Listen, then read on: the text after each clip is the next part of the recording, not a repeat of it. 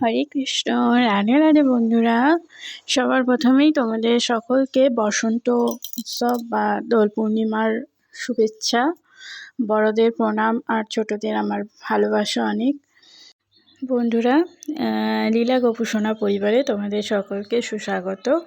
বন্ধুরা, আমাদের বাড়িতে রামগোপাল পুজোর হয় এই হোলিতে প্রত্যেক বছরই। তো প্রথমে আমি একটা ভিডিও দিয়েছিলাম, তাতে অলংকার সজ্জিত হয়েছিল, ওনাকে সাজানো হয়েছিল।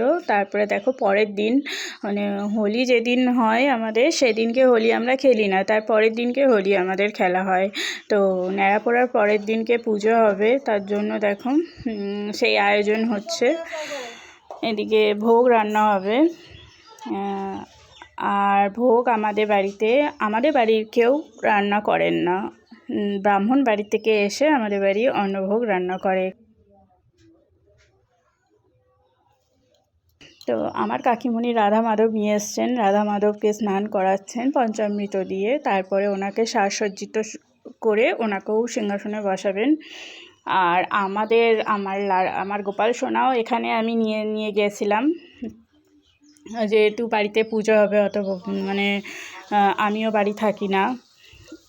আর একটা যেটা আছে ওটা তো আমার ভাইয়ের গোপাল সোনা। তো এদিকে দেখো ভোগ রান্না হচ্ছে, 5 রকম ভাজা, চচ্চড়ি, যেটুকু মানে হয় যা আর কি, টমেটো চাটনি এসব হবে, পায়েস টাইস। আর আমাদের বাড়িতে অনেক নিমন্ত্রিত হয়, তার জন্য রান্না হয় খিচুড়ি, আলুর দম, চচ্চড়ি এইসব। এদিকে ফলমূলও বানানো হবে। বন্ধুরা, আমাদের বাড়িতে আমাদের গোপাল সোনা মানে ছোটোখাটো লীলা খেলা করেই থাকেন। তো আমার বড়মা যখন বেঁচে ছিল তখনও নাকি এরকম একটা লীলা খেলা খেলেছিল ওনারা 2 ভাই। বাড়িতে না মল, মানে ওনাদের পায়ে তো মল পরানো আছে, আর ওই মলের আওয়াজ ছন করে মানে আমার বড়মা পেয়েছিল এক সময়। তারপরে ওনাদের হাতে যে সন্দেশ থাকে, সেই সন্দেশের সুগন্ধ সারা বাড়িতে ভরে যায় এক সময়। মানে তো যাই হোক বন্ধুরা, এসব ঘটনা সবই আমার বড়মা ঠাকুমার সময়ে ঘটেছে, তাই ওনারা গল্প করতেন, শুনতাম। দেখো আমার কাকিমণি এবার রাধা মাধবকে সাজ শৃঙ্গার করাচ্ছেন। আর বন্ধুরা, তোমাদের ভালোবাসা সাপোর্ট অবশ্যই না পেলে আমি এগোতে পারবো না। তো প্লিজ তোমরা আমাকে সাপোর্ট করো, আর আমার গোপাল সোনাকে তোমরা খুব ভালোবেসো। দেখো বন্ধুরা, আমার এক ঠাকুমা ফল বানাচ্ছেন, আর ওনাদেরকে ভোগ সাজিয়েও দিয়েছেন আমার কাকিমণি। দেখো 5 রকম মিষ্টি, ফল। বন্ধুরা, আমি আগেই বলেছি যে আমাদের বাড়ি নিমন্ত্রিত হয় অনেক লোক, তো তাদের এখানে রান্নার ব্যবস্থা হচ্ছে।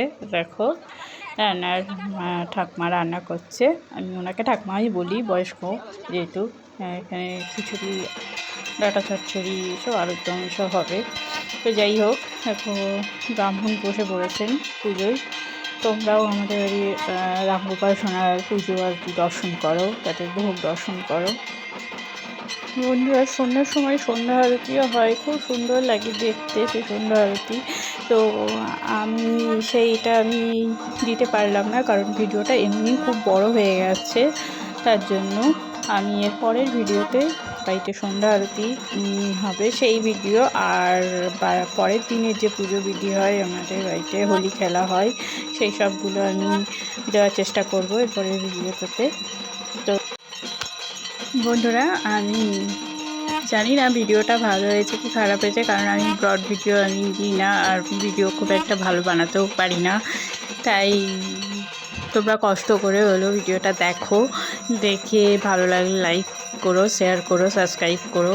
আর তোমাদের সাপোর্ট, তোমাদের ভালোবাসা অবশ্যই দিও। তোমাদের ভালোবাসা সাপোর্ট না পেলে আমি লীলা গোপুসোনা চ্যানেলটা এগিয়ে নিয়ে যেতে পারবো না। বন্ধুরা, প্লিজ সাপোর্ট করো। যাই হোক, এখন অঞ্জলি দেওয়া হবে।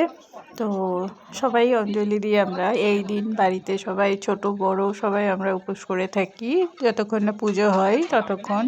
পুজোর পরে চরণামৃত মুখে দিয়ে তারপরে আমরা প্রসাদ গ্রহণ করি।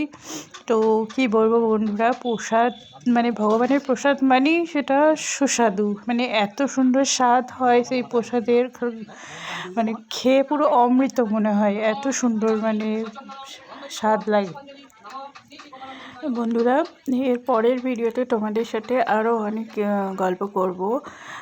আর আমাদের বাড়িতে যে জোড়া গোপাল পুজো হয় তার পেছনে যে একটা ঘটনা আছে সেটাও তোমাদের পরের ভিডিওতে আমি শেয়ার করব অবশ্যই। তো তোমরা ভালো থেকো, সুস্থ থেকো, আর সবাই সাবধানে হোলি খেলো। তার পুজো আমাদের কমপ্লিট, দেখো পুজো কমপ্লিট হয়ে গেছে। আর সবশেষে আমাদের খাওয়া দাওয়ার আয়োজন আছে। বন্ধুরা, তোমাদের ভিডিওটা দেখে ভালো লাগলে তোমরা কমেন্টে আমাকে জানিও কেমন লাগলো ভিডিওটা। আর তোমাদের কোনো প্রশ্ন থাকলেও আমাকে জানিও, কমেন্ট করো।